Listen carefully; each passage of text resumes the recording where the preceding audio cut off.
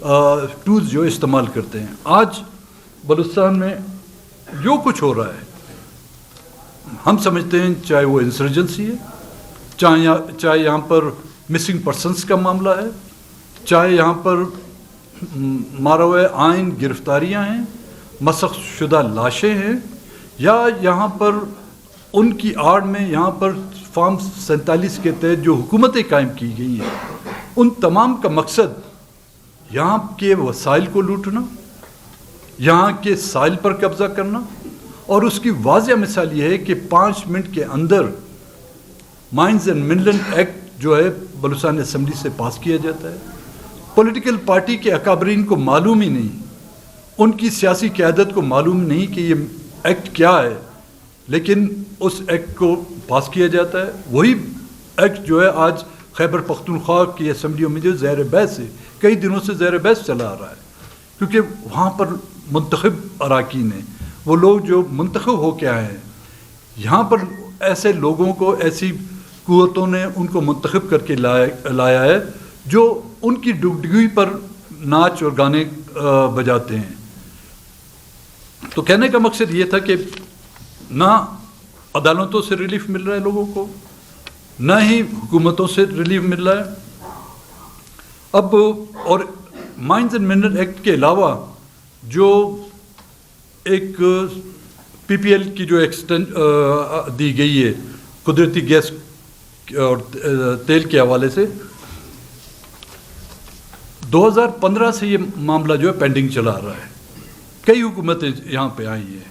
میرے خیال میں 2015 سے آپ دیکھیں تو 3 حکومتیں تبدیل ہو گئی, یہ چوتھی حکومت ہے.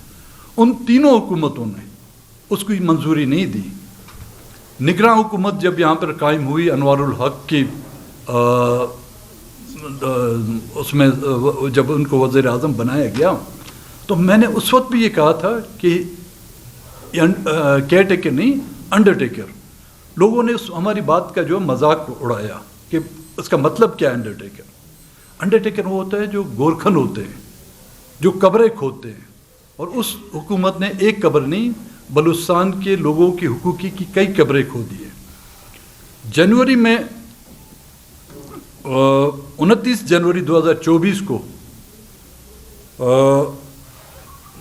منظوری دینے کی جو ہدایت دی جاتی ہے, معاملہ ای سی سی کو بھجوایا جاتا ہے, اور اس کے بعد فیصلے کا اختیار جو ہے نا اس وقت کی جو نگراں حکومت ہے وہ اختیار کرتی ہے. حالانکہ 18ویں ترمیم کے آرٹیکل 172 کو دیکھیں آپ, قدرتی وسائل اور تیل اور گیس میں جو ہے حصہ وفاق اور صوبے کا جو مساوی ہے. لیکن ابھی اس صوبائی حکومت نے اس ایگریمنٹ کو جو 2015 سے پینڈنگ تھا اس کو سائن کر کے نہ کہ صرف آرٹیکل 18ویں ترمیم کی خلاف ورزی کی ہے, بلکہ صوبے کے جو جملہ حقوق ہیں ان کو ایک پوٹلی میں باندھ کر وفاق اور اس ملک کی اداروں کی جو ہے جولی میں پھینک دیے. اب وہ سیاسی پارٹیاں جو اپنے آپ کو 18ویں ترمیم کی جو ہے خالق کہلاتی ہیں, یہ ان کے لیے بھی ایک سوالیہ نشان ہے کہ ان کی پارٹی اگر اس صوبے میں ان کی پارٹی کی حکومت ہے, ان کی پارٹی نے جو ہے نا 18ویں ترمیم کی تابوت میں جو ہے کیل ٹھوکی ہے. وہ نہ کہ صرف مائنز اینڈ منرل ایکٹ کے تحت بلکہ پی پی ایل کی جو ہے ایکسٹینشن ہے سوئی گیس کے حوالے سے, اس کو ایکسٹینشن دے کر 18ویں ترمیم کی کو جو ہے نا انہوں نے ایک آخری کیل ٹھوک دی اس میں. تو اس معاملات کو سامنے رکھتے ہوئے بلوچستان نیشنل پارٹی نے وہ جو ہمارے ریلیاں جو بدستور جاری رہیں گی, اس کے علاوہ 23 اپریل کو خضار میں ایک احتجاجی جلسہ منعقد کیا جائے گا, 25 اپریل کو گوادر میں ایک جلسہ منعقد کیا جائے گا, 27 اپریل کو پنجگور میں جلسہ منعقد کیا جائے گا, 29 اپریل کو نوشکی, اور کوئٹہ میں جو ہے 2 مئی کو احتجاجی جلسہ جو منعقد کیا جائے گا. ان تمام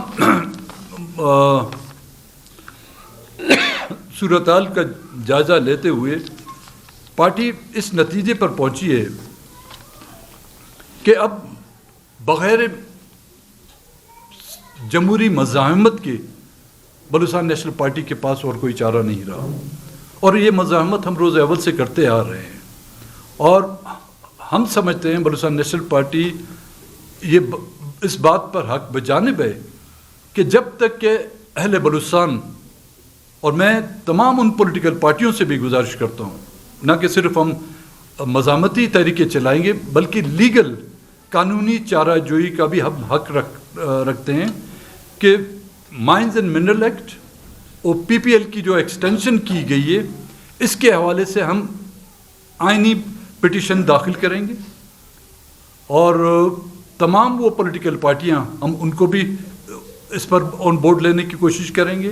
اگر وہ اس پر ہمارے ساتھ شامل ہوئے تو کانسٹیٹیوشنل جو کورٹ بنائی گئی ہیں، کیونکہ صوبے میں تو ابھی تک کانسٹیٹیوشنل کورٹ کا تو وجود نہیں، مرکز میں تو کانسٹیٹیوشنل کورٹ ہیں، لیکن وہاں جانے سے پہلے ہم اپنی جو لیگل کمیٹی ہیں ان سے صلاح مشورے کے بعد یہاں پر ہائی کورٹ میں ایک کانسٹیٹیوشنل پٹیشن ان دونوں مسئلوں پر داخل کریں گے۔ آپ کوئی سوالات پوچھنا چاہیں اس حوالے سے؟ سردار صاحب، بلوچستان کی جو صورتحال آپ نے بیان کی، آپ نے پارٹی کی مرکزی کابینہ میں بھی جو مسائل ڈسکس ہوئے ہیں، اس سے قبل لکھپاس دھرنے میں اے پی سی آپ کی جو صدارت منعقد ہوئی، کیا آپ کو لگتا ہے کہ ان مسائل پہ ایک بار پھر بلوچستان کی سیاسی جماعتیں ایک سٹیج پہ ہوں گی؟ کیونکہ اے پی سی میں دو جماعتیں نظر نہیں آئیں، ان کی نمائندگی نہیں تھی، اس کی کیا وجوہات ہو سکتی ہیں کہ سیاسی جماعتیں ان گمبھیر مسائل میں ایک سٹیج پہ نظر نہیں آ رہی؟ دیکھیں، اے پی سی جو لکھپاس کے مقام پر بلائی گئی تھی اس میں تمام وہ پولیٹیکل پارٹیاں جو اس وقت اپوزیشن میں بھی ہیں، کسی طرح حکومت کا حصہ بھی ہیں، وہ اس میں شامل تھیں، اور اب جو قانونی چارہ جوئی کے لیے ہم لوگ جا رہے ہیں اس کے حوالے سے ان کو دعوت دی بھی جائے گی، ان سے رابطے بھی کیے جائیں گے، اور جو آنا چاہے ہم ان کو موسٹ ویلکم کریں گے۔ اگر کوئی نہیں آنا چاہتا ہے تو زور زبردستی ہم ان کو نہیں لا سکیں گے۔ جہاں تک دوسری جو بڑی سیاسی پارٹیوں کا آپ نے ذکر کیا ہوا ہے، they are part of it, اس پورے گیم کا، چاہے وہ آپ کا مائنز اینڈ منرل ایکٹ ہو، چاہے وہ آپ کا پی پی ایل کی جو ایکسٹینشن ہو، یا بلوچستان میں جو موجودہ صورتحال ہے، ماروائے قانون جو گرفتاریاں ہو رہی ہیں وہ اس کا حصہ ہے، اور مسنگ پرسنس میں جو دن پر دن اضافہ ہو رہا ہے وہ اس کا حصہ ہے، اور جو مسخ شدہ لاشیں مختلف علاقوں میں پھینکی جا رہی ہے وہ اس کا حصہ ہے۔ صاحب یہ بتائیں کہ جمعیت اسلام آپ کی ماضی میں بھی جاتی رہی اور الیکشن کے موقع پر بھی وہ آپ کے ساتھ اتحاد کرتے رہے، مائنز اینڈ منرل کے حوالے سے ان پر بڑی تنقید کی جا رہی ہے کہ ان کے ارکان اسمبلی نے یہاں پر تو بقول ان کے کہ انہوں نے بغیر پڑھی اس میں دستخط کر دی، ان کی عمل کر دی، لیکن سی ایم بلوچستان کہتے ہیں تمام پولیٹیکل جماعتیں ہمارے ساتھ شامل تھیں، اس میں بی این پی بھی شامل تھی، اس میں انہوں نے تمام پارٹیوں کا نام دیا، تو کیا کہیں گے جو آپ کے احتیاطی بھی رہے اور آپ کے بڑے قریب بھی رہے اور اس وقت بھی آپ کے ساتھ ایک کسی میں بھی شریک ہوئے، تو اس پر کیا کہیں گے؟ جمعیت کا جو کردار ہے اس سے آپ کیا کہیں گے؟ دیکھیں نا، اس میں صرف ایک پولیٹیکل پارٹی نہیں ہے جو ہم نے فرام ہارسز ماؤتھ سے سنی ہوئی، اس میں تمام وہ پولیٹیکل پارٹیاں شامل ہیں جو اس وقت بلوچستان اسمبلی کا حصہ ہیں، ماں سوائے ہماری پارٹی کے۔ بی این پی کا ہمارا ایک رکن تھا، وہ اس میں شامل نہیں تھا، باقی تمام پارٹیاں اس میں شامل ہیں۔